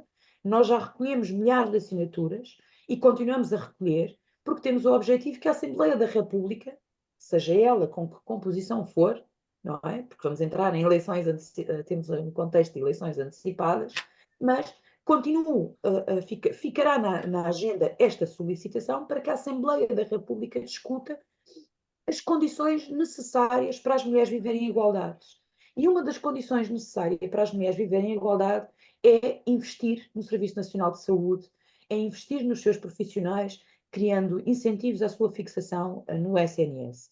É criar medidas de limitar o aumento dos juros no que se refere à prestação bancária com a compra da habitação e também criar limites aos valores da habitação de arrendamento. Mas ainda uma outra dimensão, que é criar também tetos para que o preço de bens e serviços essenciais, como a luz, neste caso a energia, como os bens alimentares, não tenham uns aumentos absolutamente escandalosos. Eu agora vou fazer outro parênteses. Eu ontem fui às compras ao supermercado e confesso que demorei uma eternidade a conseguir comprar os produtos que compro habitualmente, que andava à procura do mais barato. E era eu e as outras pessoas a passear com os carrinhos das compras para trás e para a frente no mesmo corredor, à procura de um arroz que custasse menos de 1,70 €, de um pacote de arroz que custasse menos de 1,70 € ou de uma manteiga que custe menos de 2,25 €. Quer dizer, com preços desta natureza, como é que é possível alimentar-nos adequadamente e termos uma boa saúde e termos bem-estar com estas despesas que são.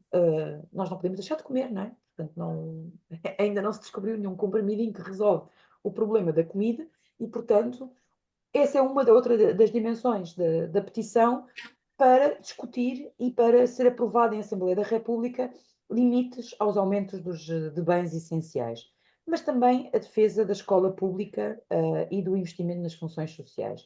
Portanto, Ângela, eu não quero prolongar mais, porque podia fazer já a ponte para outras coisas, mas espero ter respondido à questão que Com certeza. Aliás, eu vou pedir mesmo que faças essa ponte. Vou só aqui partilhar de novo o ecrã.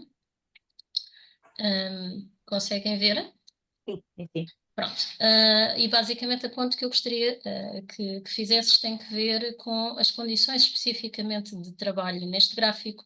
O que nós podemos ver é que nestes últimos 10 anos as condições e as violações aos direitos do trabalho têm aumentado. Essas violações, à exceção da violência física e a restrição ao acesso à justiça, que são as únicas que melhoraram, no mundo, todos os restantes direitos do trabalho deterioraram-se, nomeadamente o direito à greve, à negociação coletiva, à sindicalização, à criação de sindicatos, à liberdade de expressão e de criar assembleias de trabalhadores.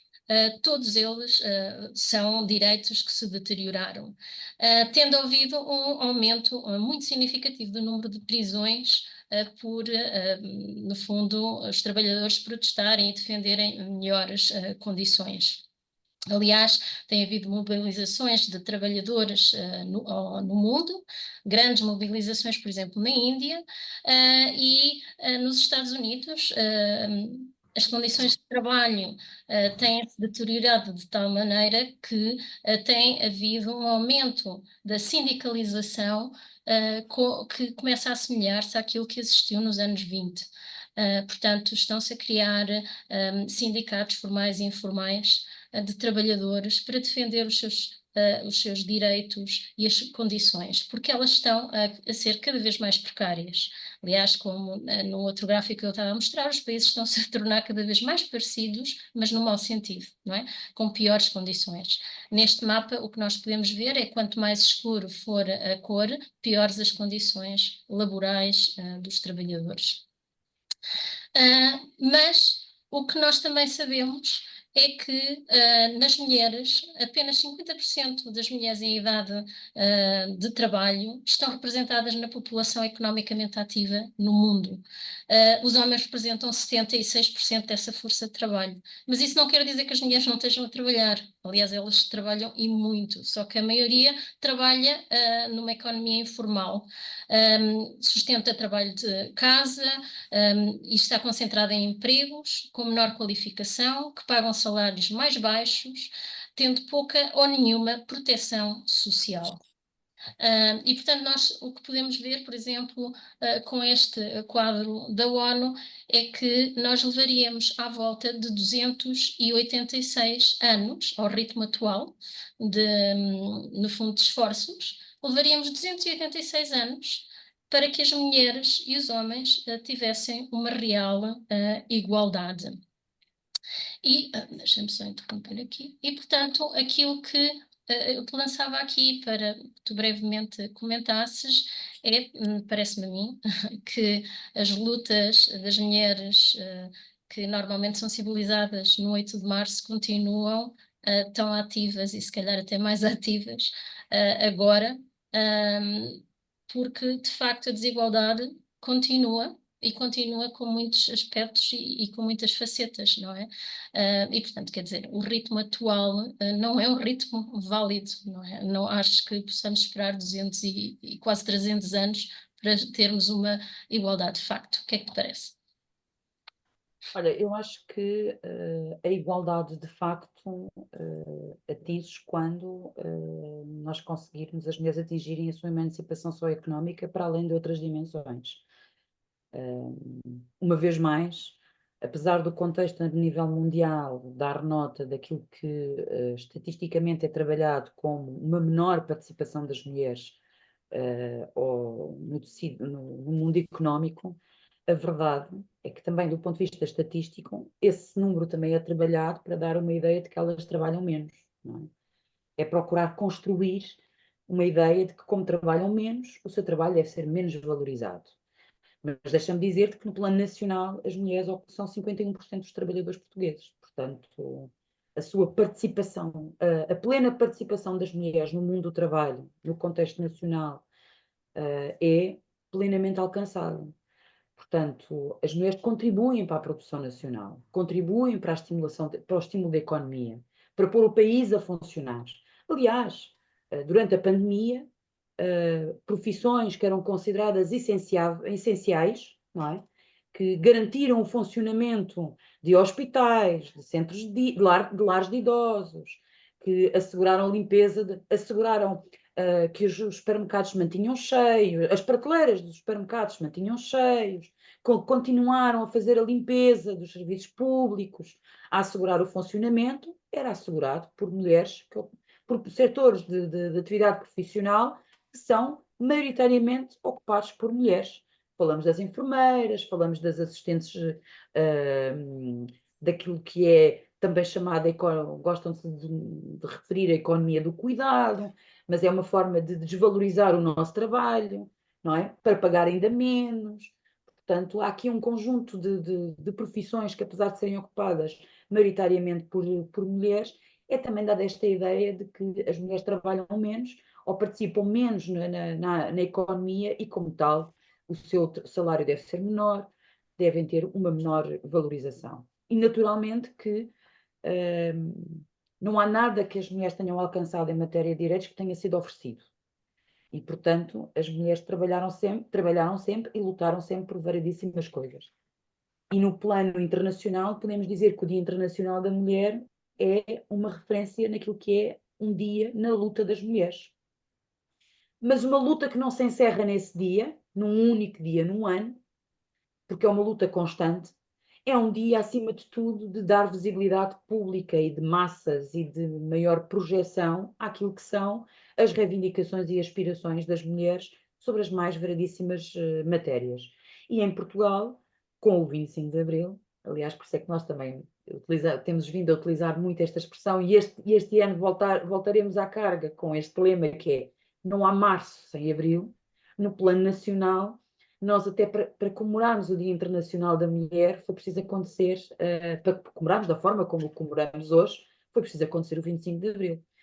Portanto, se não fosse o 25 de Abril e as suas conquistas, não é, para os direitos das mulheres, o Dia Internacional da Mulher no contexto nacional seria muito diferente. E o MDM, uma vez mais, considera que é determinante que as mulheres peguem naquilo que são os problemas concretos do seu dia-a-dia, da sua região, da sua cidade, do seu setor de atividade, e levem para o 8 de março com um conjunto, as suas reivindicações, com aquilo que consideram que é determinante as mulheres alcançarem, porque apesar de existir igualdade na lei em muitas dimensões, essa igualdade ainda não existe na vida das mulheres.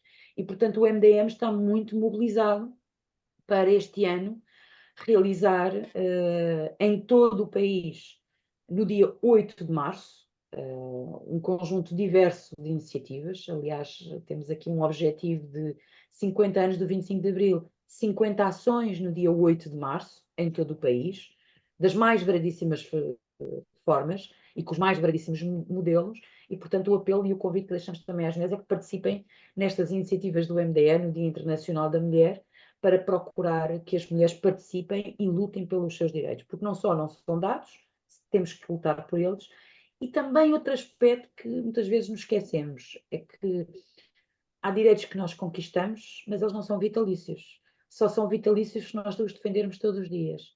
Aliás, na América, nos Estados Unidos da América, o direito à interrupção voluntária da gravidez demonstrou-se que não era vitalício em todos os Estados norte-americanos. E, portanto, e nós não queremos que os direitos que conquistamos se recuem. Portanto, as mulheres têm que participar e lutar todos os dias e no dia de 8 de março. Mas também vamos realizar a Manifestação Nacional de Mulheres no dia 23 de março, que é o culminar destas comemorações do 8 de março e é também um pontapé de saída para o início das comemorações dos 50 anos do 25 de Abril. Mas aquilo que nós queremos aqui deixar como mensagem e um apelo e um convite a todas as mulheres é que a participação das mulheres conta todos os dias e nestes dias também, especialmente nestes dias, mas também contam no momento também de ir votar, e portanto também é muito importante. Se nós estamos insatisfeitas com a nossa vida porque se sentimos que o contexto em que nós vivemos é de agravamento, aquilo que nós também queremos transmitir às mulheres é que também não tem que ser assim. Há condições para mudar e o papel do MDM com as iniciativas que realiza ao longo do ano, com especial impacto no Dia Internacional da Mulher e também agora com o 25 de Abril, é procurar transmitir alegria e confiança às mulheres de que é possível reivindicar e é possível viver de outra maneira. É possível nós termos melhores condições de vida. Lá porque não temos que viver sempre assim. E outro aspecto muito determinante é que em todas as crises, em todos os momentos de agravamento das condições de vida, os direitos específicos das mulheres são sempre os primeiros a serem beliscados. E nós sentimos isso também no Serviço Nacional de Saúde, como por exemplo com o acesso à interrupção voluntária da gravidez.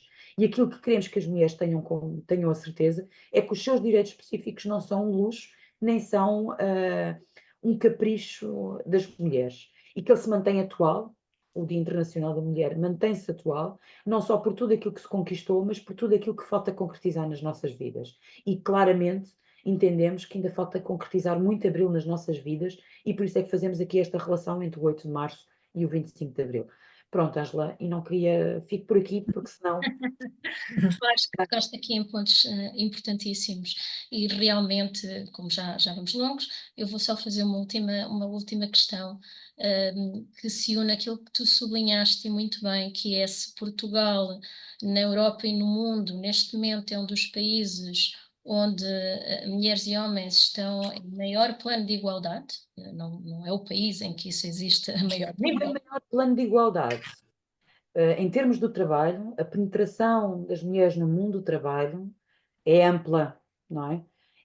Isso por si só não é sinónimo de igualdade. Exatamente, exatamente. Mas existem vários indicadores mundiais que nos deixam bem qualificados. E essa boa qualificação portuguesa, que está longe de ser excelente e que temos muito para trabalhar, mas essa boa qualificação em que nós temos em vários dos indicadores, eu diria que só a temos porque ocorreu a Revolução de Abril. Porque senão, certamente, nós estaríamos de entre os piores, porque é daí de onde nós partimos. Nós tínhamos condições francamente más antes do 25 de Abril. E, portanto, eu lançava aqui à Regina o que é aqui num tom se calhar um pouco mais positivo, mas de esta ligação das comemorações de Abril, da liberdade, da emancipação dos povos e das mulheres, e o que é que, no fundo, nos espera agora em 2024? Bom, eu gostava de retomar ainda algumas ideias relacionadas com o Abril. Na verdade, quando a ONU diz que temos ainda 286 anos para conquistar a igualdade, eu gostava de sublinhar que isso é um dado absolutamente artificial e que não tem em conta os contextos políticos, sociais, todos os avanços que se dão, fruto não literalmente desta sequência cronológica anual, mas sim de convulsões que se vão dando e que vão dando saltos, digamos, permitindo saltos muitíssimo maiores. É o caso de Portugal. Nós em Portugal não precisámos de 10 anos para ter a Revolução de Abril e as conquistas que depois vieram a ser consignadas na Constituição da República. Na verdade, logo a seguir ao 25 de Abril, as mulheres tomaram nas suas mãos muitos e muitos direitos que o fascismo lhes tinha negado. Imediatamente no dia 25 de Abril vieram para as ruas, não pediram licença a ninguém, e vieram para as ruas, coisa que o fascismo muitas vezes até as proibia, não é? De saltar, de andar, e portanto, e também logo a seguir começaram a trabalhar em muitos setores de atividade que não eram que lhes eram impedidos e, portanto, digamos que não foi preciso uma lei, não foi preciso uma ordem para que as mulheres de facto mostrassem a avidez de participar, a avidez de resolver as suas questões, de encontrar saídas para muitos dos seus problemas. E de facto fizeram-no. E portanto não foi preciso, de facto, essa sequência literal é também para nos pôr aqui a pensar, ai, tantos anos, isto não vale a pena. Não. Nós não dizemos isso, nós dizemos é que vale a pena fazer alterações profundas na sociedade, vale a pena fazer alterações e provocar alterações que obriguem a que os governos possam, na verdade, cumprir. E cumprir, no nosso caso de Abril, nós este ano estamos a comemorar, enfim, todas as forças vivas estão a comemorar os 50 anos e nós, por força de razão, o MDM vai comemorar os 50 anos e, naturalmente, as grandes conquistas que as mulheres tiveram, que tiveram nessa altura, olhando também para muitos retrocessos que, entretanto, fomos tendo, e ver também, ajudar a compreender que muitos dos retrocessos se devem não às próprias mulheres, mas, de facto, aos contextos sociais e políticos que, entretanto, se foram gerando. Quem esteve no... É preciso notar também às mulheres e a todos nós e a todas as pessoas que, na verdade, Portugal tem tido muitos retrocessos por força das forças políticas, mas Portugal e na Europa. Nós também, na Europa, temos dados absolutamente catastróficos relativamente àquilo que foi também, em certos momentos da União Europeia, em que, de facto, se notaram alguns avanços.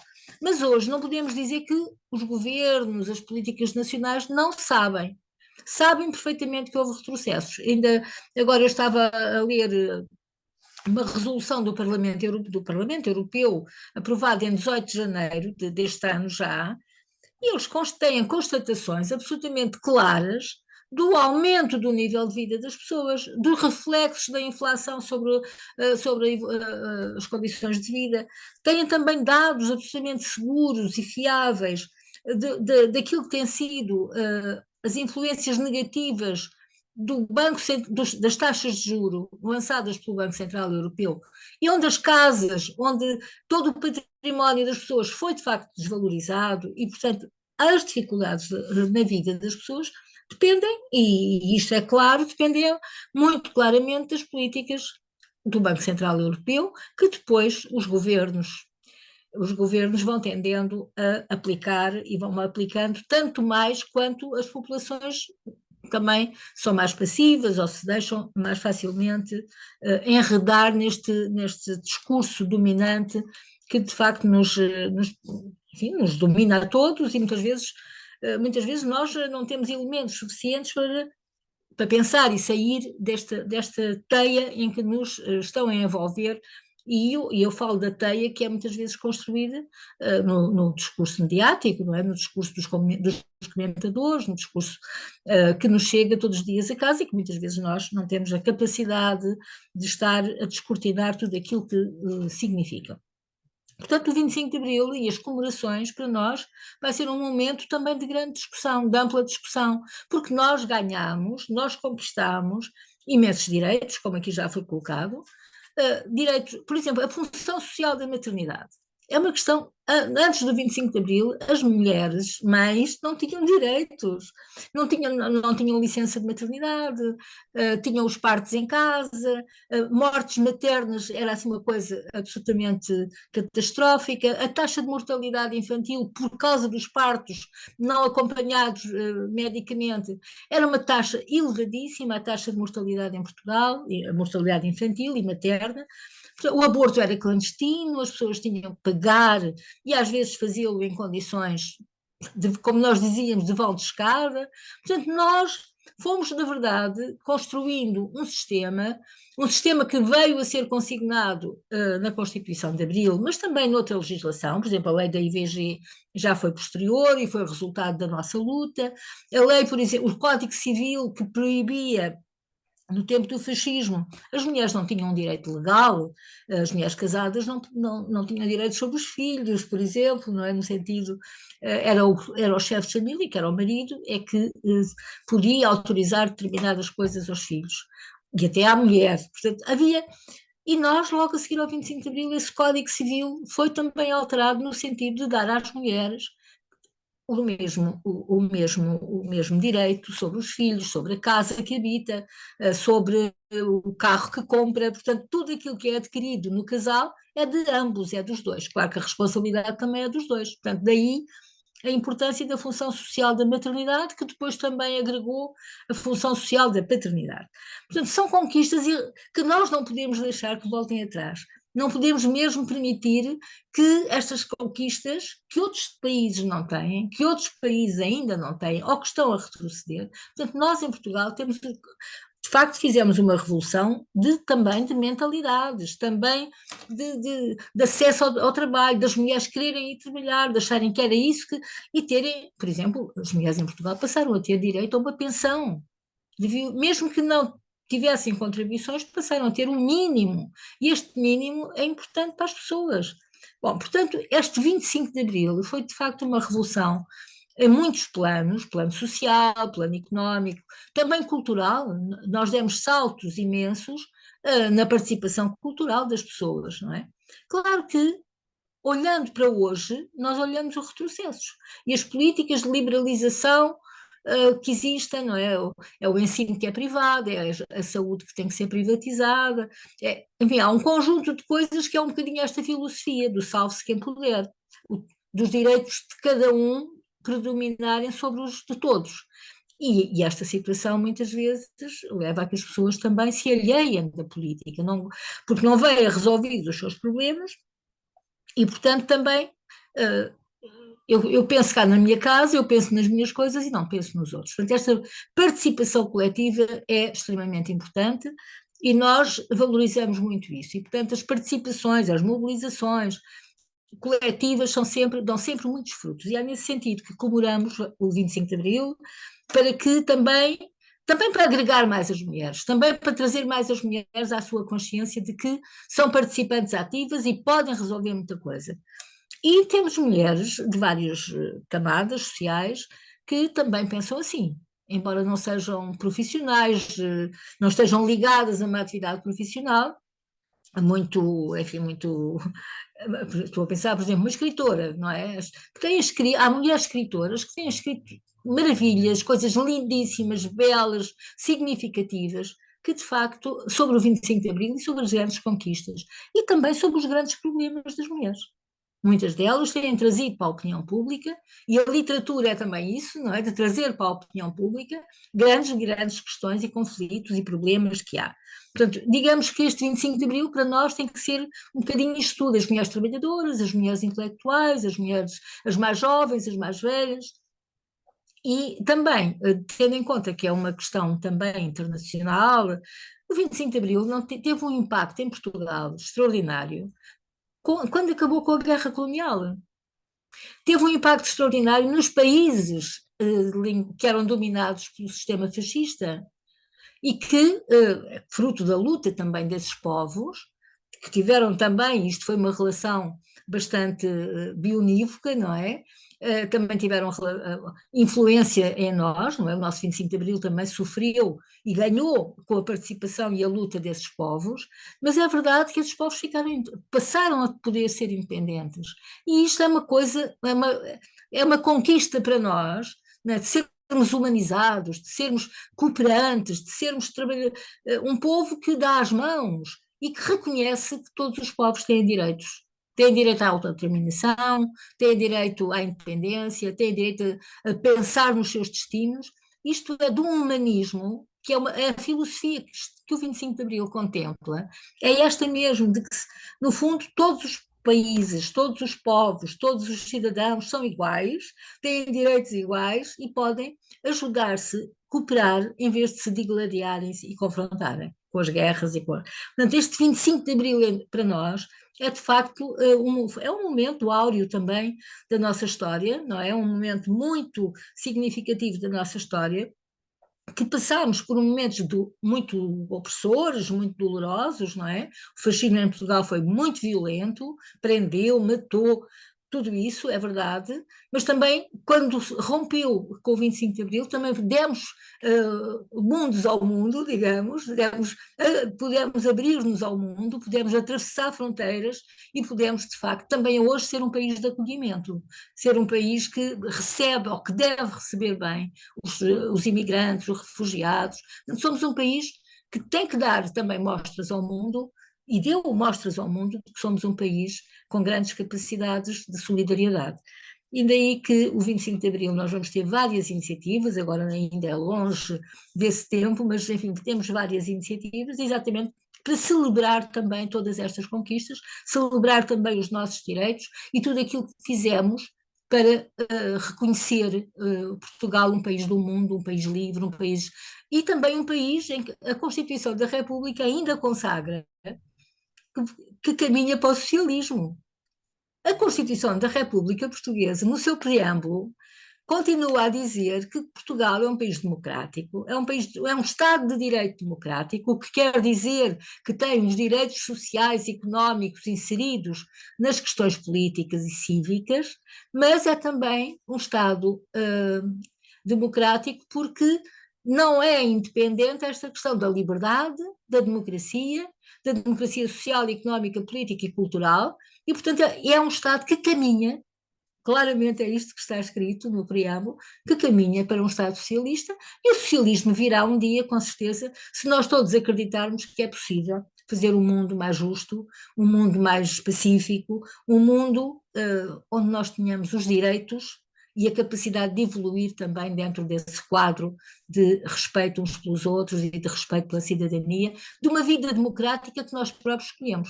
Nós é que escolhemos essa via democrática e cada país tem o direito a escolher a sua via.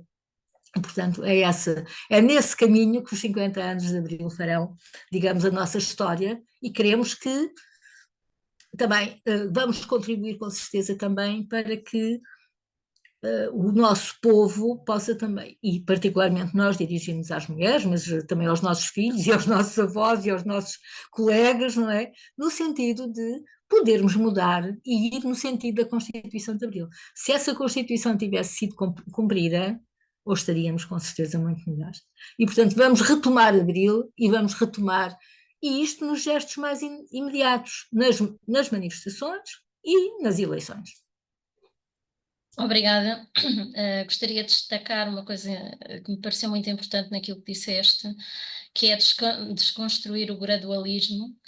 As grandes mudanças, normalmente a níveis macro, aliás, a todos os níveis, não são gradualistas, são saltos qualitativos que são dados. E esses saltos qualitativos podem ir para trás, e nós temos visto isto, infelizmente, recentemente, em que certos países saltam praticamente para um estado que parece medieval, na forma como as coisas estão a suceder-se e a maneira como se organizam e a precariedade e etc. Mas, por exemplo, o 25 de Abril e outros movimentos que se podemos chamar revolucionários de alguma forma, e alguns plenamente revolucionários, deram saltos qualitativos no sentido da emancipação, do aumento dos direitos, da qualidade de vida, etc. E, portanto, nós temos que trabalhar nisso, temos que trabalhar para não continuar nesta pseudo-calma em que parece que estamos, que na realidade não está a caminhar no bom sentido, e trabalharmos para que novos saltos qualitativos, num sentido muito mais emancipador, se deem. Portanto, estamos a chegar ao final. Gostaria de saber se alguém quer dizer algumas palavras antes de encerrarmos estes nossos diálogos, já vão longos, mas dou a palavra a quem quiser comentar alguma coisa, ou acrescentar, ou sublinhar.